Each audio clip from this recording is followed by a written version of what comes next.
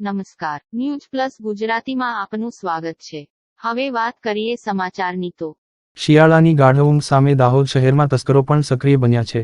તેવામાં દાહોદ શહેરના ચાકલિયા રોડ વિસ્તારમાં ઘરફોડ ચોરીની ઘટના સામે આવી છે। દાહોદના ચાકલિયા રોડ વિસ્તારમાં આવેલી મેઘદૂત સોસાયટીમાં એક મકાનમાં ગત રાત્રિએ 7 જેટલા તસ્કરો ત્રાટક્યા હતા। કોઈ બહાર ન આવી શકે તે માટે તસ્કરોએ આસપાસના ઘરોના દરવાજા બહારથી પહેલા જ બંધ કરી દીધા હતા। ચોરી કરવા માટે ઘરમાં પ્રવેશવા તસ્કરોએ બારીના સળિયા કાપી નાંખી ઘરમાં પ્રવેશ કર્યો હતો। તસ્કરો જે ઘરમાં ત્રાટક્યા હતા ત્યાંથી રોકડ રકમ, સોનાની ચેન, લેપટોપ, મોબાઈલ ઉઠાવી ફરાર થતા હતા।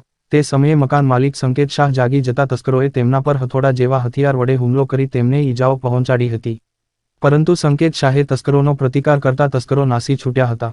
આ ઘટનાની જાણ દાહોદ પોલીસને કરતા દાહોદ એએસપી વિશાખા જૈન સહિત પોલીસ કાફલો ઘટના સ્થળે દોડી આવ્યો હતો અને ઈજાગ્રસ્ત સંકેત શાહને તાત્કાલિક હોસ્પિટલ ખસેડી સારવાર અપાઈ હતી। 3 ઈસમો સોસાયટીમાં રેકી કરતા હતા અને લગભગ 3 થી 4 ઈસમોએ બારીની ગ્રીલ કાપી ઘરમાં પ્રવેશ કરી ચોરીને અંજામ આપી ફરાર થઈ ગયા હતા। તસ્કરો સીસીટીવીમાં કેદ થતા પોલીસે સીસીટીવી સહિતના તમામ પાસાઓ ચકાસી તસ્કરોનું પગેરું મેળવવા તપાસ હાથ ધરી છે। ઉલ્લેખનીય છે કે આ વિસ્તાર નજીકથી જ રેલવે લાઇન પસાર થઈ રહી છે, જેના કારણે અવારનવાર તસ્કરો રેલવે લાઇન બાજુથી આવી ચોરી કરીને ફરાર થઈ જતા હોય છે। તાજેતરમાં લગભગ 3 મહિનામાં જ આ વિસ્તારમાં ત્રીજી વખત તસ્કરો ત્રાટકતા રહીશોમાં ભયનો માહોલ સર્જાયો છે। ચોરીની ઘટનાની વાત વાયુવેગે પ્રસરતા સંકેતભાઈના સગા સંબંધીઓ તેમજ મિત્ર વર્તુળમાંથી મોટી સંખ્યામાં લોકો દોડી આવ્યા હતા।